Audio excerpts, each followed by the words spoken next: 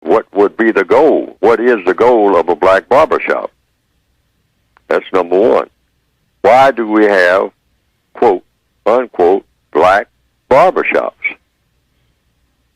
We sometimes call it the town hall for black people. Or, where black people come to discuss things along with getting their hair cut and or arranged. So why are we getting our hair cut and or arranged? I mean, we can start with that. Why are we doing that? In order to do what? What is hair for? What do you do with hair? How did the first barbershop come into being? The very first barbershop. The very first person that said, what we need is a, quote, unquote, barbershop. We need to examine everything that we're doing, not just the barbershop, but every move that we make every day. We should say, why am I doing this? What is the purpose of it? What is the goal? What is it supposed to accomplish? And when we finally accomplish whatever it is we accomplish, and we look at the result, is that result constructive or non-constructive? When you look at a person walk out of a barber shop and say, now I got what I came in there for. I have it completed. So now you walk down the street and you say, now, I made an effort to go to this place and do what I did while I was in this place. And I did two things. I got my hair done or fixed or arranged or cut, and I had some conversations. Now, those are two things that happened in that barbershop. Just two basic things: conversation and hair arrangement. Now, what was the hair arrangement supposed to do that is of constructive value, and what was the conversations or the conversation about, and what was it supposed to produce? And did it produce it? See, it all comes down to results. We have a limited number of time here on this planet. So every move that we make is supposed to produce some type of result. So I raise these questions.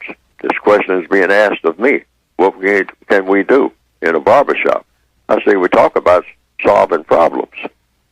And if you're having a conversation with anybody in a world that's full of problems, when you leave that barbershop, you should have the solution to the problem. Or something was in error in those conversations. You did all this talking. That's one thing that you did to other people in the barbershop. But did you come up with a solution to the problem that you discussed? Because if you weren't discussing how to solve a problem, what was the discussion about anyway? Because if you're black on this planet, every discussion should be about problem solving. And you shouldn't say anything that's going to make a problem. That's what I have to say about it. That's what codification is about. You don't have discussions with people unless it's about solving problems. Why? Because there's plenty of problems to be solved. So the whole thing is, our philosophy of being on the planet is to solve problems without making any. Now, if you're in a barbershop or a beauty parlor, or if you're in a warehouse, or if you're in an office where they have computers and all like that, it's all about one thing. Are you solving a problem, or are you making one? Because it's going to be one or the other.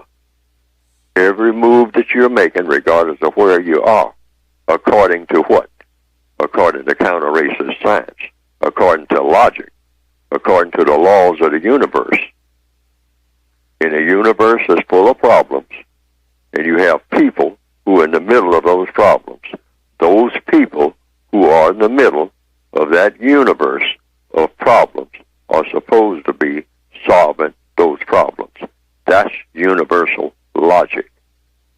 So it doesn't make any difference whether it's in a barbershop or whether it's on a dock and you're loading materials.